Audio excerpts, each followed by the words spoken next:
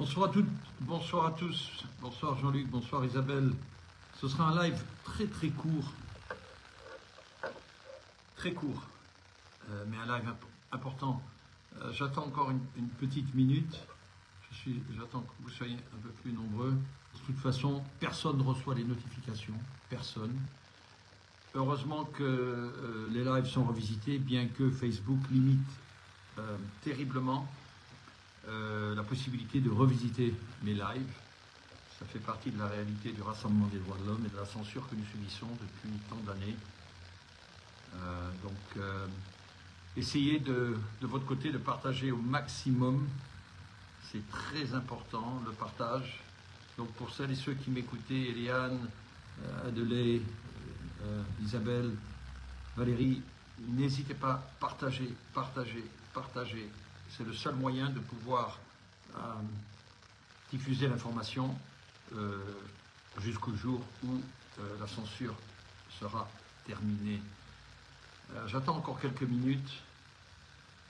C'est une information importante que je dois vous donner. C'est un samedi soir.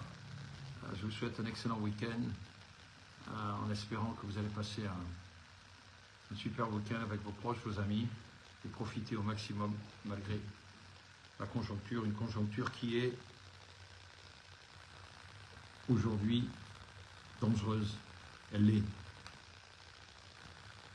C'est pas de la spéculation, on n'est pas dans l'utopie, on est dans le domaine très concret, temps réel, la situation est grave. Alors déjà, je commence. Déjà, je tiens à féliciter, à remercier Yannick pour ces 3 minutes de message, très performant, très direct. Je n'ai rien d'autre à ajouter. Mais, il y a un grand mais. Très rarement, je lis les commentaires, parce que cela fait des années que je réfute cette perte de temps. Attendez, je parle de ce 4-5% de trollers. Sinon, tous les commentaires positifs me parviennent, sans exception, sachez-le. C'est sûr que nous faisons une sélection sur ces gens, d'ailleurs, dont Yannick fait référence. Et je n'ai jamais plus répondu à qui que ce soit. Mais là, je tenais à répondre à une personne. Je tenais à répondre à une personne parce que c'est très pertinent par rapport à la situation en France. Et si cette personne m'écoute, je réponds à Philippe Niels, N-E-E-L-S. Voilà ce qu'il écrit. J'écoute M. Argilier depuis des mois sur Facebook. Je n'arrive toujours pas à comprendre ce qu'il veut faire concrètement. Quelle est sa stratégie pour faire changer la situation actuelle? Je doute de ses capacités politiques et intellectuelles. À chaque intervention, il s'emporte, perd le contrôle, s'énerve violemment. Alors, c'est pas rassurant du tout. Alors, j'ai 2 réponses à faire à ce monsieur Niels. La première, sur son premier paragraphe. J'écoute monsieur Argilier depuis des mois sur Facebook. Je n'arrive toujours pas à comprendre ce qu'il veut faire concrètement. Quelle est sa stratégie pour faire changer la situation actuelle? Monsieur Niels, malheureusement, je ne peux rien faire pour vous. Je crois que ça tombe, et honnêtement, sans tomber dans la vulgarité, mais ça tombe dans le domaine médical à ce moment-là. Peut-être que vous avez une défaillance, très certainement même, pas peut-être, sans doute même, et je vous envoie toute ma compassion. Effectivement, si vous n'arrivez pas à comprendre ma stratégie aujourd'hui, c'est que vous n'avez vraiment rien compris. Et si vous n'avez vraiment rien compris avec tous les éléments que je vous donne, concrets, vous avez besoin d'aide. Donc, sachez que, par contre, le service de communication est là pour vous aider. Nous avons des référents docteurs, et je suis tout à fait sérieux, mais vraiment tout à fait sérieux, qui vont sans doute pouvoir vous éliminer un petit peu. Je vais répondre par contre à votre deuxième paragraphe. Je doute de ses capacités politiques et intellectuelles. À chaque intervention, il s'emporte, perd le contrôle, s'énerve violemment. Alors, c'est pas rassurant du tout. Effectivement, c'est pas rassurant du tout votre condition, monsieur Niels. Alors moi, je vais vous dire, Vous doutez de mes capacités politiques. Vous avez bien fait de le dire, parce que je ne suis pas un homme politique. Donc déjà, pour commencer, je n'ai pas de capacité politique à avoir. Je suis un visionnaire, je suis un humanitaire. Et en plus, je fais ce travail pour vous aussi. Je vous inclus dedans, monsieur Nils. Mais que vous doutiez de mes capacités politiques et intellectuelles, à chaque intervention, il s'emporte. Que je perds le contrôle, je m'énerve violemment. Alors, c'est pas rassurant tout ça. Moi, je vais vous dire ce qui n'est pas rassurant, monsieur Nils. C'est que vous êtes directement responsable aussi des morts. Parce que aujourd'hui, vous payez vos impôts, et c'est-à-dire que vous, monsieur Nils, avec votre intellectuel, je ne qualifierai pas le niveau, mais vous participez à la boucherie, à la tuerie qui se fait en Ukraine. Alors moi, je vais vous dire, on ne s'énerve pas, on ne s'emporte pas. Alors, la différence entre vous et moi, monsieur Nils, c'est que vous n'avez rien à foutre, mais rien à foutre des gens qui meurent et qui sont démembrés. Parce que si vous auriez à foutre, comme moi, c'est-à-dire à faire, à être de l'empathie, de la compassion, de l'amour pour ces gens qui sont tués, et de celles et de ceux qui les entourent et qui n'ont plus ces êtres chers, croyez-moi, vous avez le droit de vous emporter violemment, vous avez le droit de vous énerver. Alors, monsieur Nils, vous avez peut-être dans votre vie quelqu'un que vous aimez, peut-être, je l'espère pour vous.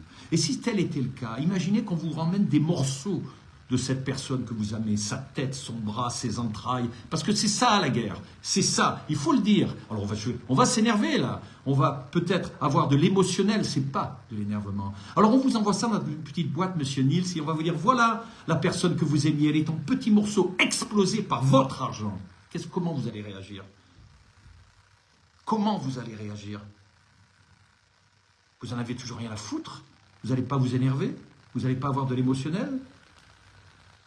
Vous n'allez pas perdre le contrôle? Voilà la différence entre vous et moi. Moi, je prends au premier degré celles et ceux qui sont tués. Voilà la différence entre vous et moi. Alors je vais vous dire, vous doutez de mes capacités politiques et intellectuelles.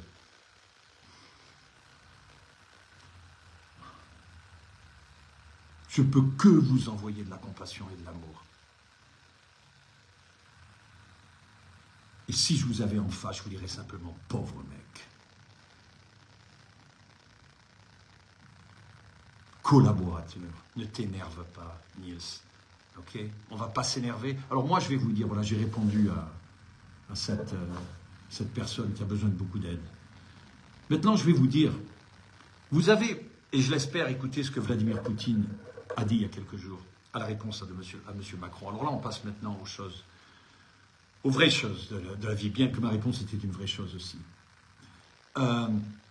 Sachez que derrière les coulisses, et vous devez le savoir, la situation est à la limite de la catastrophe. M. Macron s'est permis de défier Vladimir Poutine, et sachez-le maintenant. Pour la première fois, Poutine parle d'une éventuelle intervention nucléaire.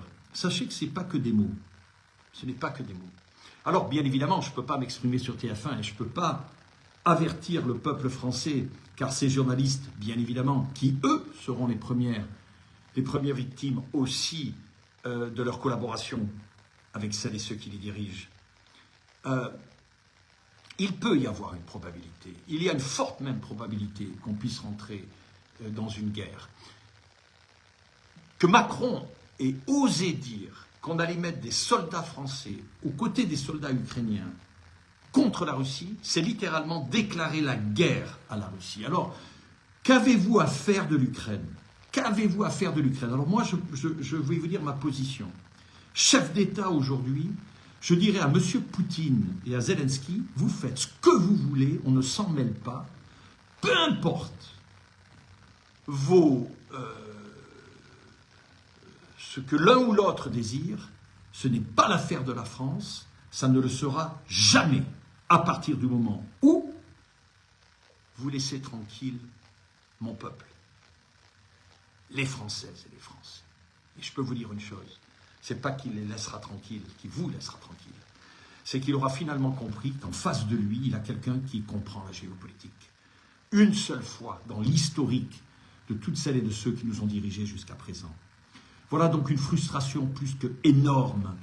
Oui, je m'emporte, oui, je m'énerve, parce que je serai le seul à devoir aujourd'hui me positionner sur un TF1, sur un BFM, sur Radio France, TMC, Radio Luxembourg, peu importe. Tous les médias devraient m'entendre, devraient m'écouter. Déclarer la guerre à la Russie, c'est littéralement mettre en danger,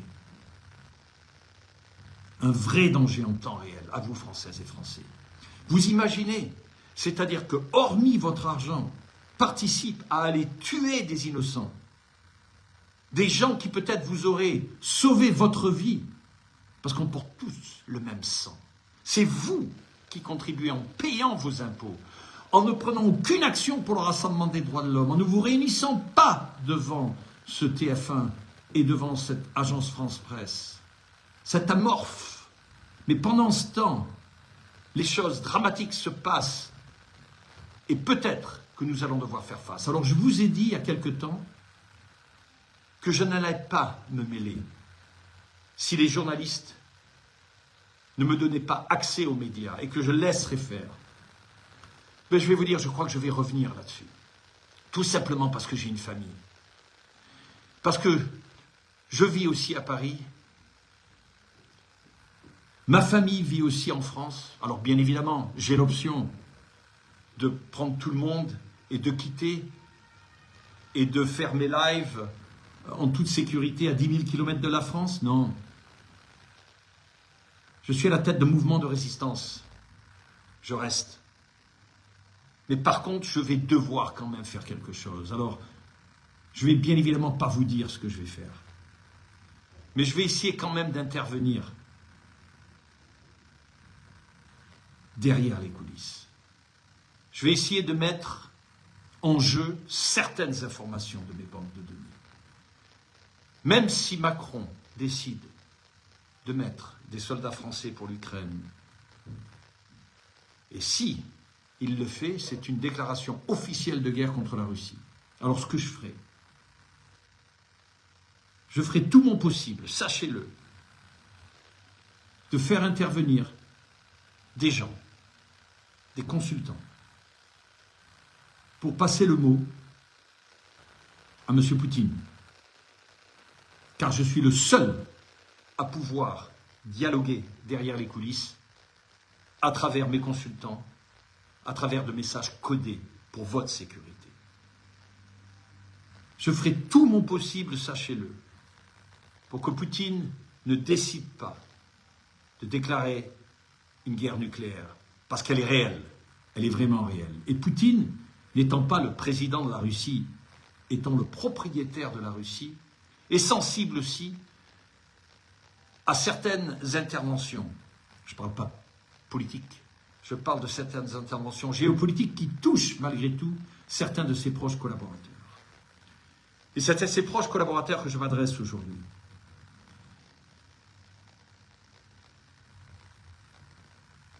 Arrivera un moment où vous allez devoir intervenir aussi auprès de M. Poutine.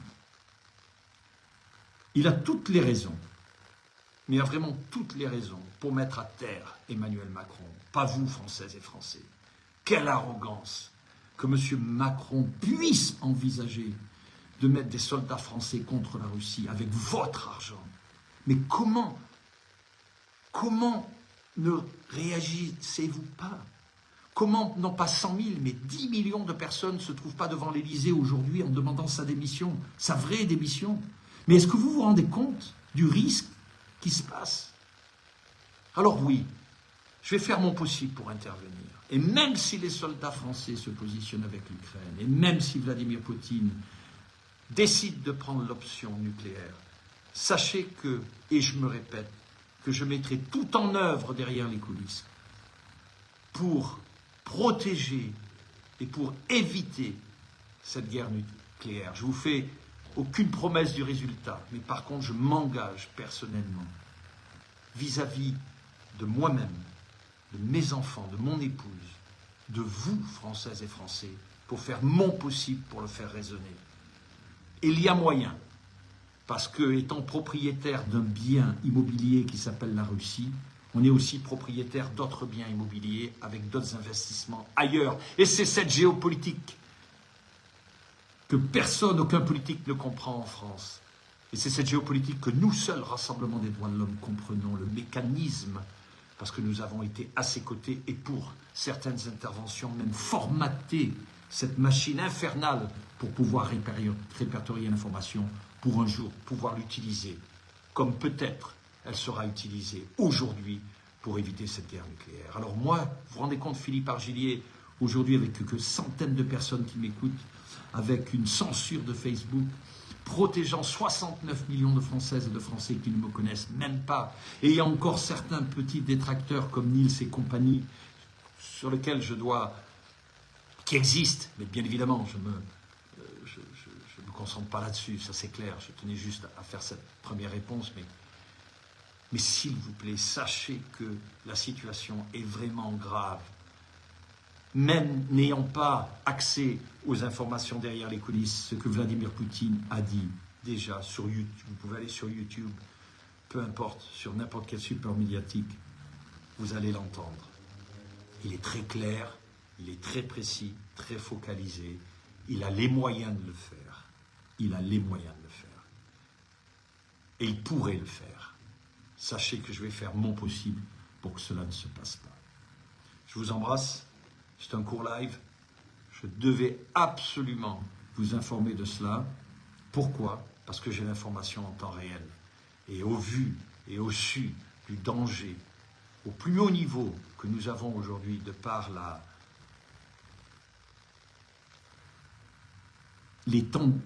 les actions criminelles de notre gouvernement, qui impliquent aujourd'hui les Françaises et les Français sur une guerre potentiellement nucléaire, et sachant qu'il fait tout ça pour les intérêts de celles et de ceux qui l'ont mis en place, car ce n'est qu'un prestataire de service. Non.